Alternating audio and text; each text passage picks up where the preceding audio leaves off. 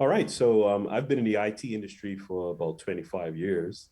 Started out fixing computers and worked my way up to the point where we created a hardware as a service that we offered our customers.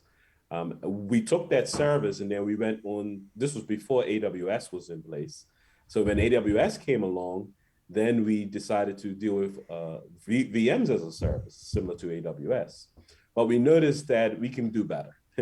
And when serverless came on the scene, we've realized that serverless computing is the way to go, especially with the fact that its functions, it's very small and it could fill the gaps, or we don't have to do as much hardware in order to make that serverless environment work. There are servers, but the servers are removed out of sight from the developer so that the developer doesn't have to worry about how much servers they need, what's the size of the servers, how much bandwidth they need. They can just focus purely on writing code. When they write their code, they can upload that to a serverless platform, and the serverless platform takes care of that code, running that code, scaling that code, or picking the right servers for that code. So you get to focus purely on the software, and that's it.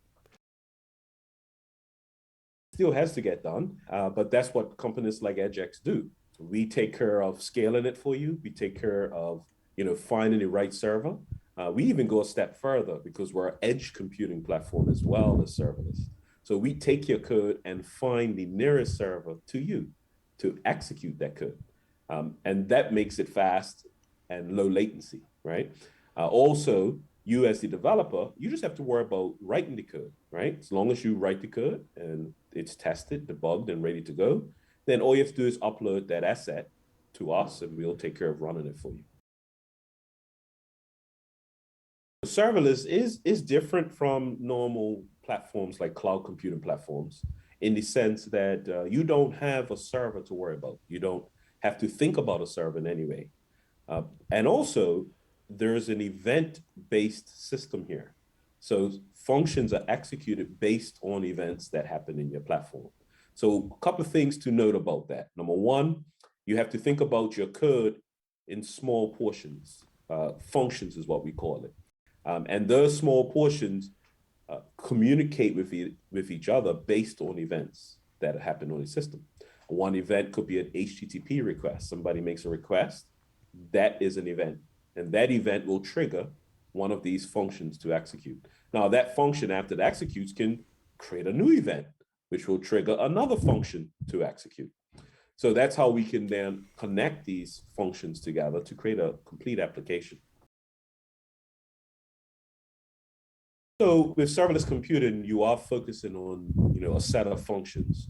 So you can't take an existing app that you might have had in an enterprise infrastructure and just convert it over. You have to break it down into functions. So that's one disadvantage. You can't just take what you have and just convert it over. Other than that, though, there are very little disadvantages. I mean, you can do literally the same thing that you would normally do in an app with serverless. Okay, so what are some reasons to change? One is cost, right? It's a lot cheaper to run a serverless application than a full-blown stack that will run in a cloud platform, a lot cheaper. Cost is one of those reasons. Two, scalability. You can scale a serverless application to a global level because of the nature of the stack. I can scale it and it comes out of the box. So you don't have to build anything special in order to scale that application. So those are two. So cost, scalability. And a third one is the type of application is event driven.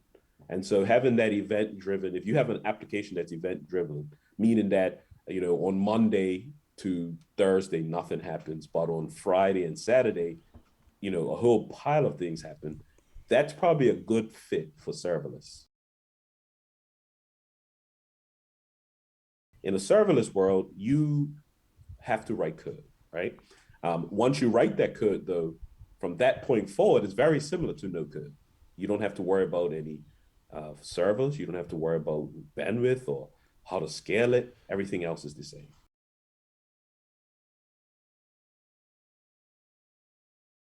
And we do provide a serverless platform. but that's a part of a major platform in the sense that we're edge computing, we do storage, we do the serverless component, we handle your domain registration as well. So we give you that complete package to write your total apps.